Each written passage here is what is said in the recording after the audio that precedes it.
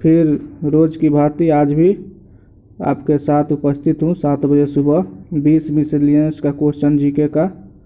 आ जाइए, अगर चैनल पर नए हैं तो सब्सक्राइब कर लीजिए।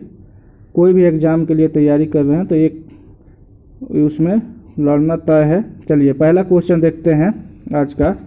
शुरुआत करते हैं। पहला क्वेश्चन, स्वतंत्रता आंदोलन के दौरान निम्नलिखित में से किसने बिहार में कन्या स्वयं सेविका दल की स्थापना की थी?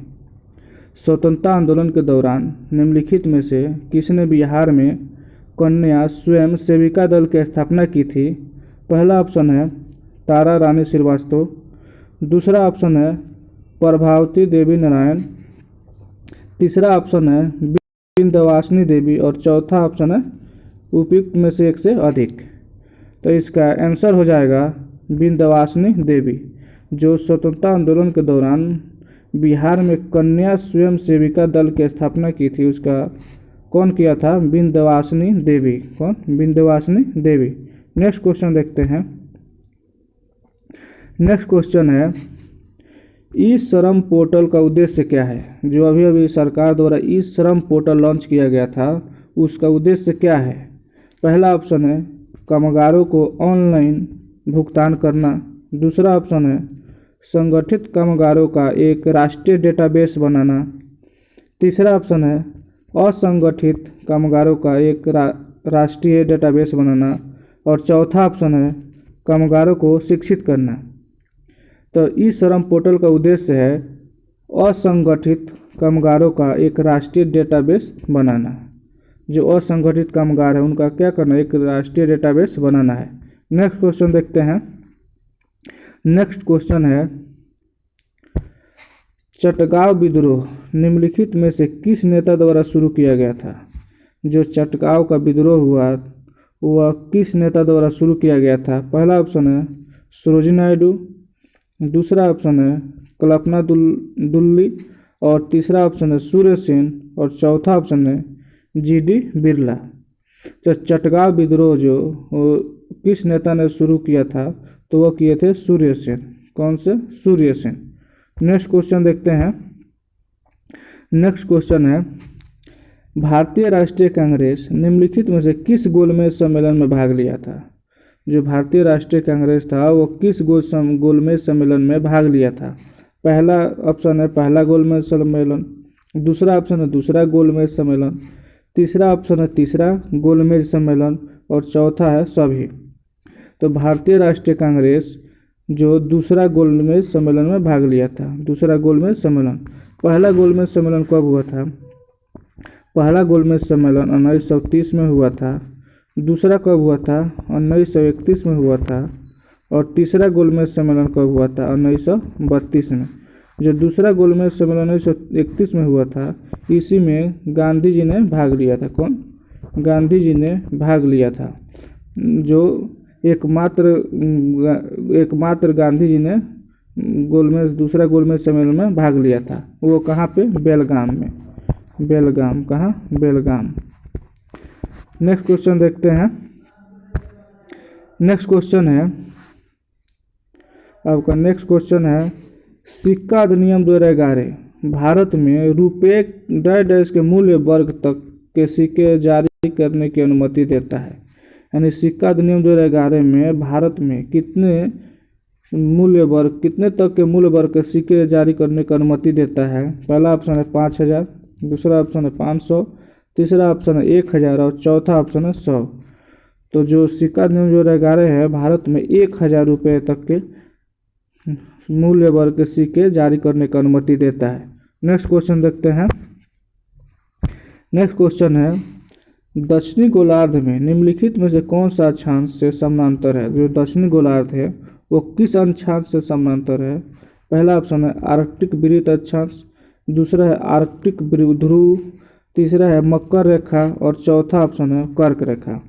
तो जो दक्षिणी गोलार्ध है वो मकर रेखा अक्षांश से समानांतर है और दक्षिणी गोलार्ध का मकर रेखा और उत्तरी गोलार्ध पूछ देगा उत्तरी गोलार्ध का, तो उत्तरी गोलार्ध का कर्क रेखा। उत्तरी गोलार्ध का किसके अक्षांश के समानांतर है? तो कर्क रेखा के। और दक्षिणी गोलार्ध का मकर रेखा। नेक्स्ट क्वेश्चन देखते हैं। नेक्स्ट क्वेश्चन है, निम्नलिखित में से किस प्रकार का वन भारत में सबसे बड़े क्षेत्र में व्यापक है? किस प्रकार का वन जो भारत में सबसे बड़े क्षेत्र में व्यापक मात्रा में है? पहला ऑप्शन है उष्णकटिबंधीय नम पर्णपाती वन। दूसरा ऑप्शन है उष्णकटिबंधीय शुष्क सदाबहार वन। तीसरा ऑप्शन है पर्वतीय आर्द्र समशीतोष्ण वन। और चौथा ऑप्शन है उष्णकटिबंधीय आर्द्र सदाबहार वन। तो इसका आंसर हो जाएगा उष्णकटिबंधीय नम पर्णपाती वन। जो भारत में सबसे बड़े क्षेत्र व्यापक में वन है वो कौन सा है? उष्णकटिबंधीय नम पर्णपाती वन। नेक्स्ट क्वेश्चन देखते हैं।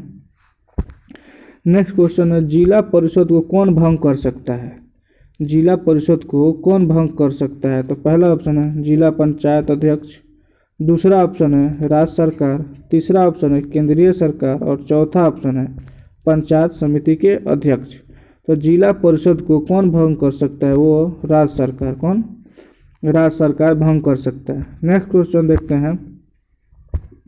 नेक्स्ट क्वेश्चन है, निम्नलिखित में से किस प्रकार की मृदा में जल धारण क्षमता सर्वाधिक होती है? निम्नलिखित में से किस प्रकार की मृदा में जल धारण क्षमता सर्वाधिक होती है? पहला ऑप्शन है गाद मृदा। दूसरा ऑप्शन है चिकनी मृदा। तीसरा ऑप्शन है चाक मृदा। और चौथा ऑप्शन है पीट मृदा। तो इसका आंसर हो जाएगा चिकनी मृदा। चिकनी मृदा जो है ना वो जल धारण क्षमता सर्वाधिक रखती है, जल ज़्यादा जल को सोखता है। नेक्स्ट क्वेश्चन देखते हैं। ट्राई TRAI का पूर्ण रूप क्या है? पहला ऑप्शन है television regulating authority of India. दूसरा option telecom regulatory authority of India. तीसरा ऑप्शन है technological regulatory authority of India. चौथा ऑप्शन है transmission regulatory authority of India. तो ट्राई का पूर्ण रूप telecom regulatory authority of India है। नेक्स्ट क्वेश्चन देखते हैं। ईरान की मुद्रा क्या है? ईरान की मुद्रा क्या है? पहला ऑप्शन है रेनबिम्बी। दूसरा ऑप्शन है रियाल। तीसरा ऑप्शन है रूबल। और चौथा ऑप्शन है दिनार। तो ईरान की मुद्रा क्या है? तो ईरान की मुद्रा ईरान की रियाल है। क्या है? रियाल। नेक्स्ट क्वेश्चन देखते हैं। नेक्स्ट क्वेश्चन है, सिंधु घाटी सभ्यता का निम्नलिखित में से कौन सा स्थल सिंधु नदी के तट पर अवस्थित नहीं है? सिंधु घाटी सभ्यता का निम्नलिखित में से कौन सा स्थल सिंधु नदी के तट पर स्थित नहीं है? पहला ऑप्शन है चहुंदड़ो। दूसरा ऑप्शन है मोहनजोदड़ो। तीसरा ऑप्शन है रोपड़। और चौथा ऑप्शन है कोटडीजी। तो सिंधु घाटी सभ्यता का कौन सा स्थल सिंधु नदी के तट पर नहीं है? सिंधु नदी के तट पर नहीं है, वो है रोपड़। रोपड़ किस नदी के तट पर है? तो वह है सतलज नदी के। किस नदी के? सतलज नदी के तट पर स्थित है। नेक्स्ट क्वेश्चन देखते हैं। नेक्स्ट क्वेश्चन है, निम्नलिखित में से कौन सा गुप्त काल के दौरान चिकित्सक पर अपने कार्य के लिए जाने जाते हैं? कौन सा है जो गुप्त काल के दौरान चिकित्सा पर अपने कार्य के लिए जाना जाता है? पहला ऑप्शन है शौनक। दूसरा ऑप्शन है नागार्जुन। तीसरा ऑप्शन है चरक। और चौथा ऑप्शन है सुश्रुत। तो इसका आंसर हो जाएगा सुश्रुत। गुप्त काल के दौरान सबसे ज़्यादा प्रचलित सुश्रुत थे। चिकित्सा में सबसे ज़्यादा प्रचलित सुश्रुत थे। नेक्स्ट क्वेश्चन देखते हैं। नेक्स्ट क्वेश्चन है, भारतीय संविधान का कौन सा अनुच्छेद 32 भारतीय संविधान का अनुच्छेद 32 किससे संबंधित है? भारतीय संविधान का अनुच्छेद 32 किससे संबंधित है? पहला ऑप्शन है जीवन का अधिकार। दूसरा ऑप्शन है संपत्ति का अधिकार। तीसरा ऑप्शन है संवैधानिक उपचार का अधिकार। और चौथा ऑप्शन है वित्तीय आपातकाल। तो भारतीय संविधान का अनुच्छेद 32 किससे संबंधित है? तो वह है संवैधानिक उपचार का अधिकार। इसको किसने दिया था? भीमराव अम्बेडकर। कौन? भीमराव अम्बेडकर ने दिया था। वित्तीय आपातकाल कौन लगाता है? तो राष्ट्रपति लगाता है। कौन लगाता है? राष्ट्रपति। वित्तीय आपातकाल राष्ट्रपति लगाता है। नेक्स्ट क्वेश्चन देखते हैं। नेक्स्ट क्वेश्चन है, भारत के निम्नलिखित 2 समुद्र तटों में से किसे हाल ही में ब्लू फ्लैग समुद्र तटों के रूप में मान्यता दी गई है? भारत के निम्नलिखित 2 समुद्र तटों में से किसे हाल ही में ब्लू फ्लैग समुद्र तटों के रूप में मान्यता दी गई है? पहला ऑप्शन है गोल्डन समुद्र तट एवं ईगल समुद्र तट। दूसरा ऑप्शन है थुंडी समुद्र तट एवं कदमत समुद्र तट। तीसरा ऑप्शन है कोलक समुद्र तट और कप्पड़ समुद्र तट। चौथा ऑप्शन है शिवराजपुर समुद्र तट और राधानगर समुद्र तट। तो ब्लू फ्लैग समुद्रों के तटों में हाल ही में 2 समुद्र तट थुंडी समुद्र तट और कदमत समुद्र तट को मान्यता दी गई है। नेक्स्ट क्वेश्चन देखते हैं। नेक्स्ट क्वेश्चन है भारत के किस राज्य में कोयले का सबसे बड़ा भंडार है? भारत के किस राज्य में कोयले का सबसे बड़ा भंडार है?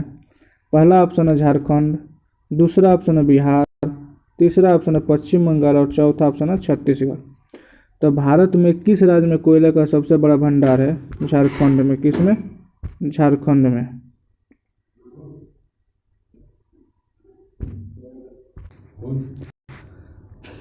नेक्स्ट क्वेश्चन देखते हैं। नेक्स्ट क्वेश्चन है अजंता के चित्र किस धर्म से संबंधित है? जो अजंता के चित्र है, पहला ऑप्शन है जैन, दूसरा ऑप्शन है सनातन, तीसरा ऑप्शन है बौद्ध और चौथा ऑप्शन है ईसाई। अजंता का चित्र किस धर्म से संबंधित है? तो बौद्ध धर्म से संबंधित है। किससे? बौद्ध से। नेक्स्ट क्वेश्चन देखते हैं। नेक्स्ट क्वेश्चन है शेरशाह सूरी द्वारा जारी किए गए चांदी के सिक्कों को क्या कहा जाता था? शेरशाह सूरी द्वारा जारी किए गए चांदी के सिक्कों को क्या कहा जाता था? पहला ऑप्शन है टक्का, दूसरा ऑप्शन है रुपया, तीसरा ऑप्शन है मोहर और चौथा ऑप्शन है दिनार। तो इसका आंसर हो जाएगा रुपया। शेरशाह सूरी द्वारा जारी किए गए चांदी के सिक्कों को रुपया कहा जाता था। नेक्स्ट क्वेश्चन देखते हैं। नेक्स्ट क्वेश्चन है भारत में स्वर्ण का सबसे बड़ा उत्पादक राज्य कौन सा है? पहला ऑप्शन है छत्तीसगढ़, दूसरा ऑप्शन है तेलंगाना, तीसरा ऑप्शन है कर्नाटक और चौथा ऑप्शन है झारखंड। तो भारत में स्वर्ण का सबसे बड़ा उत्पादक राज्य कौन सा है? कर्नाटक। नेक्स्ट क्वेश्चन देखते हैं। नेक्स्ट क्वेश्चन है भारतीय खाद्य सुरक्षा और मानक प्राधिकरण का मुख्यालय कहाँ स्थित है? भारतीय खाद्य सुरक्षा और मानक प्राधिकरण का मुख्यालय कहाँ स्थित है? पहला ऑप्शन है चेन्नई, दूसरा ऑप्शन है मुंबई, तीसरा ऑप्शन है दिल्ली और चौथा ऑप्शन है हैदराबाद। तो भारतीय खाद्य सुरक्षा और मानक प्राधिकरण का मुख्यालय नई दिल्ली में है। इसकी स्थापना कब हुई थी? इसकी स्थापना 1997 में हुई है। आज के लिए इतना ही, फिर कल मिलेंगे। चलिए, बहुत बहुत धन्यवाद।